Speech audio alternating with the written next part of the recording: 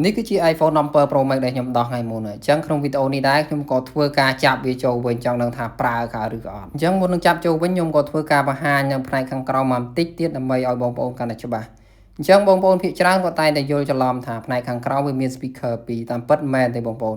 វាមានរុនមិចមួយចំហៀងហើយនឹងកន្លែង speaker មួយចំហៀងប៉ុន្តែអានៅជាប់ speaker ហ្នឹងក៏វាមានមិចដែរស៊េរីក្រោយៗឥឡូវហើយមិចរបស់វាមានចំនួន3ហ៎បាទមិនមែន2ទេមិចមួយគឺប្រភេទកាត់ noise cancelling អាប្រភេទដែលយើងជិះម៉ូតូហើយនិយាយទូរស័ព្ទអត់ឮខ្យល់ទេអាហ្នឹងគឺមានមិចនឹងមួយហើយមិចមួយទៀតគឺសម្រាប់ voice តាម Telegram ហើយមិចមួយទៀតសម្រាប់តែតាមលេខដៃវាមានអាក្បាច់ក្បូរអញ្ចឹងទៀតហ៎បាទអញ្ចឹងអាមិចស៊េរីក្រោយនេះគឺកាន់តែពិសេសជាងមុនដោយសារគេប្រើ snap កັບកាលមុនខូចមិចគឺដូរជើងសាកមកស្នំប៉ុន្តែ17ស៊េរីនេះគឺគេកັບអាជើងសាកជាមួយនឹងមិចវាមាន2តង់អញ្ចឹងបាទប៉ុណ្្នឹងគឺអែមស្រែមតែហ្មងបាទអត់មានញ៉ែញ៉ៃខូចមិចទៅដូរជើងសាកដូចស៊េរីមុនទេបាទអញ្ចឹងគាត់ឲ្យខ្ញុំចង់បង្ហាញបងប្អូនតែប៉ុណ្្នឹងទេហើយខ្ញុំក៏ធ្វើការចាប់ចូលវិញទៅព្រោះអ្វីដែលយើងត្រូវឆ្ងល់វាមានតែបន្តិចប៉ុណ្្នឹងទៀតបាទហើយខ្ញុំពងឲ្យចាប់ហើយពងអាកាន់នេះគឺជាដុំញ័រពេលណាគេតែមកវាលឺសូរភឹសញ័រទ្រឺតគឺអាដុំហ្នឹងហើយបាទអញ្ចឹងយើងធ្វើការចាប់ខ្ចៅ4 5គ្រាប់ទៅបាទព្រោះខ្ចៅ4 5គ្រាប់ហ្នឹងពាក់ព័ន្ធជាមួយនឹងសេវាចាប់ជាមួយតួបាទវាផ្សាយសេវាចេញពីតួតាមរយៈខ្ចៅហ្នឹងបាទហើយអានេះគឺជា speaker អញ្ចឹងយើងត្រូវការខ្ចៅមកបន្ថែមដើម្បីមូល speaker របស់យើងបាទហើយ speaker នេះដែរគឺខ្ញុំមានការវល់ជាខ្លាំងដោយសារខ្ចៅវាប្រវែងខុសគ្នាអញ្ចឹងមិនដឹងថាមួយណាមួយណីទេខ្ញុំក៏ធ្វើការអង្គុយ scroll វីដេអូមើលអាវីដេអូដែលខ្ញុំដោះហ្នឹង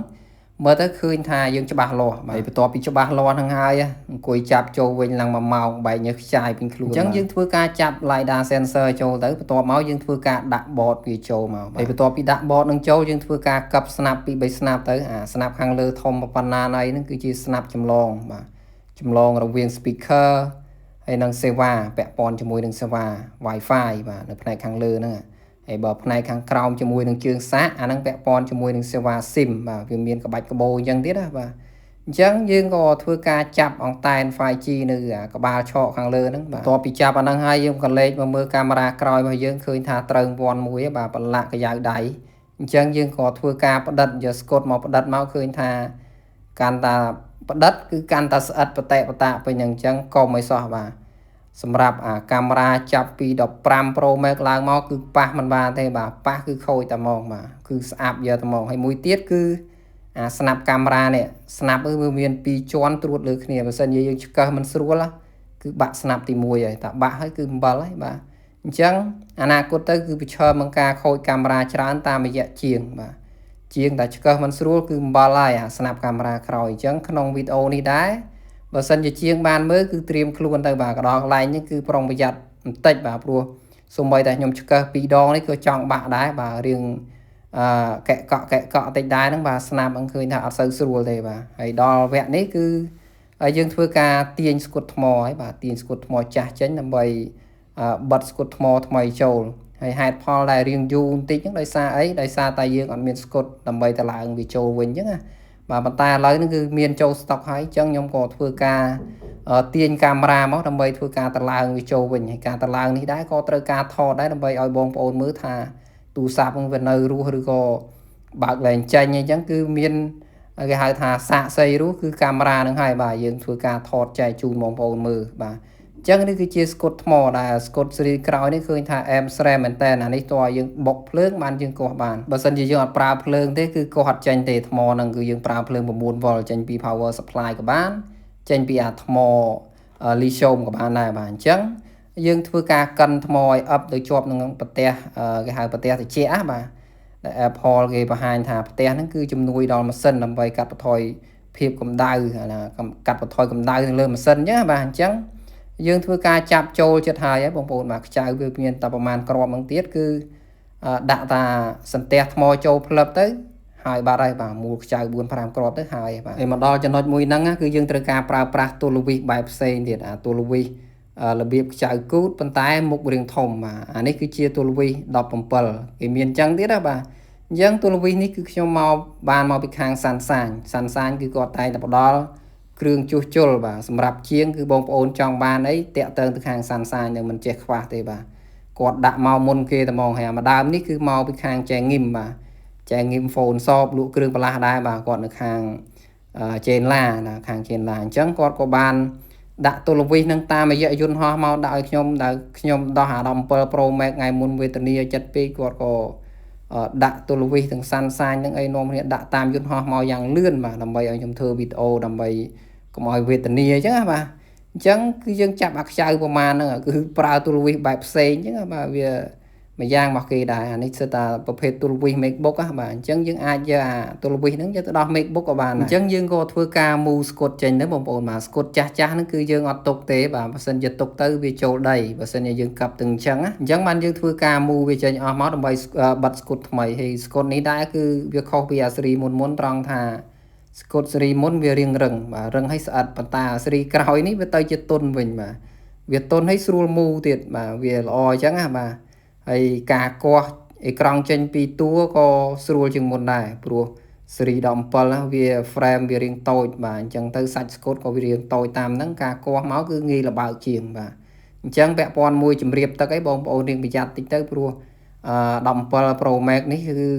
ស្កុតជំរាបទឹករបស់វារាងស្ដើងអត់ដូច15 Pro Max 17 Pro Max ទេគឺវារាងក្រាស់ជាងអញ្ចឹងណាបាទអញ្ចឹងយើងក៏ធ្វើការបៀកកាវដើម្បីជំនួយបាទកាវនេះដែរគឺវាជំនួយនឹងភាពស្អិតទៅលើសាច់តួរវាងសាច់តួនិងអេក្រង់បាទអញ្ចឹងនេះគឺជាស្កុតដែលយើងត្រូវបិទហ្នឹងណាបាទពេលណាយើងបិទស្កុតហ្នឹងទៅវាមានកាវនៅជាប់ជាមួយតួអញ្ចឹងវាបង្កើនភាពស្អិតជាងមុនបាទហើយបន្ទាប់ពីបិទហើយបងប្អូនផ្លុំស្ទះខ្យល់អត់ដឹងថាគាស់ទេខ្ញុំធានាឲ្យហ្មងបាទអញ្ចឹងប៉ុណ្ណឹងគឺយើងធ្វើការបកមកតង់ចេញមកយើងនឹងសល់សាច់ស្កុតនៅជាប់ជាមួយតួស្រាប់ហើយបន្ទាប់មកគឺយើងធ្វើការសម្អាតបាទសម្អាតស្កុតចេញពីអេក្រង់របស់យើងបាទស្កុតចាស់គឺសម្អាតចេញឲ្យស្អាតមកដើម្បីធ្វើការចាប់អេក្រង់ចូលតួរបស់យើងវិញបាទហើយនេះគឺជាស្នាប់របស់វាបាទស្នាប់ដែលយើងនេះហ្នឹងមូលខ្ចៅ2គ្រាប់ទៅគឺហើយបាទហើយដល់វគ្គនៅផ្នែកខាងក្រោយម្ដងបាទនៅផ្នែកខាងក្រោយគឺយើងតិចទៀតគឺយើងនឹងចាប់ចូលដែរបាទហើយយើងធ្វើការបិទពីមុខទៅមុនបាទអាក្រោយគឺចាំតាមក្រោយទៅបាទអញ្ចឹងប៉ុណ្ណឹងគឺដល់វគ្គផ្នែកខាងក្រោយបាទផ្នែកខាងក្រោយនេះគឺមួយយ៉ាងដែរបាទបើសិនជាបែកខ្នងក្រោយបាទវារៀងស្រួលធ្វើជាងមុនវាអត់មិនចាំបាច់ទៅពាក់ព័ន្ធជាមួយកាមេរ៉ាទូរស័ព្ទខ្លះដូចជា16 Pro Max 15 Pro Max អីបើសិនជាយើងដូរខ្នងក្រោយបើសិនជាជាងគាត់ប្រហែលតាមតិចប្រឡាក់កាមេរ៉ារបស់ភ្ញៀវគឺ7បាទស្មើនឹង7បុកម្ទេសព្រោះអាកាមេរ៉ាតែប្រឡាក់កញ្ចៅដៃប្រឡាក់ដៃមកបន្តិចគឺផ្តាឲ្យជូតអត់ស្អាតទេបាទតទៅដូរកាមេរ៉ាបើចង់ស្អាតវិញបាទអញ្ចឹងយើងធ្វើការបិទបាទយើងធ្វើការមានស៊ុមរបស់វាសម្រាប់បិទការពារកាមេរ៉ាប៉ុន្តែអាស៊េរីក្រោយនេះគឺមានតែសន្ទះខ្ចក់មកបន្តិចដូចប្រភេទអានេះដូច MagSafe Power Bank របស់ Apple បាទមានម្ដុំប៉ុណ្ណឹងបាទដាក់ពីក្រោយតោងជាប់ជាមួយទូរស័ព្ទពីក្រោយតែប៉ុណ្ណឹងបាទអញ្ចឹងដល់វគ្គបិទស្កុតបាទការបិទស្កុតនេះដែរគឺយើងត្រូវ Derway ត្រង់បើសិនជាដាក់អត់ត្រង់ទេគឺបិទវាគឺវាចេញអាធ្នេរស្កុតពេលណាយើងបិទខ្នងក្រោយទៅគឺវាអត់ស្មើទេវាកលណាបងប្អូនបាទអញ្ចឹងអានេះគឺខ្ញុំបិទអស់2ហើយបាទដោយសារយើងបិទលៀងមកបន្តិចពេលណាយើងកាប់ខ្នងក្រោយទៅវារៀងកលវាចេញអាធ្នេរស្កុតខ្មៅមកមើលទៅវាក្រក់មើលវាក៏ក្រិចអញ្ចឹងណាបាទអញ្ចឹងប៉ុណ្ណឹងគឺលទ្ធផលសម្រាប់ឲ្យបងប្អូនបាទគាត់ថាកាប់ច្រោចទៅចាំមើលថាប្រើកើតឬក៏អត់បាទចាំអ៊ុតទាំងអស់គ្នាមើលថាបន្ទាប់ពីតេស្តបាទគេហៅតេស្តគុណភាពរបស់ Apple ប្រហែលថ្ងៃនឹងមកឃើញថាវាល្មិចអីល្មិចអញ្ចឹងណាបាទអញ្ចឹងតែប៉ុណ្្នឹងទៅគឺយើងធ្វើការចាប់ខ្ចៅគូតចំនួន2គ្រាប់សម្បីតែខ្ចៅគូតហ្នឹងក៏ពណ៌ទឹកក្រូចដែរតែសារ Apple តែមកបាទចេះរើនឹកឃើញមកបាទពណ៌នេះហើយគាត់ណាចាញ់មកនិយាយថាផ្ទុះពេញហ្នឹងបាទចឹងមកនឹងទូរស័ព្ទយើងតឡើងរួចរាល់ហើយបងប្អូនឃើញថាប្រើបានធម្មតាអត់អីទេបាទហើយនេះកន្លែងដែលខ្ញុំកោសកាលមុនហ្នឹងដើម្បីកោសឆ្នាំឃើញថាគុណភាពរបស់វាមិនមែនចេះតែសឹកទេបាទតើយើងកោសបាទមិនមែនដៃយើងប្រើដល់ថ្នាក់សឹកឡើងកវែមកវាមអញ្ចឹងទេបាទមិនងាយទេបាទអញ្ចឹងគាត់ថាតួវារៀងទន់ជាងមុនអញ្ចឹងវាមិនមែនជាប្រភេទTitanium វាជាប្រភេទអាលុយមីញ៉ូមធម្មតាអាលុយមីញ៉ូមវារៀងទន់បាទរៀងទន់ជាងហើយតែធ្លាក់មើលខ្ពិតហើយបាទមិនមែនដូចតួ16 Pro Max ទេណាបាទអញ្ចឹងសន្មតឃើញថាប្រើបានប៉ុណ្ណេះអាចអែបគេបាន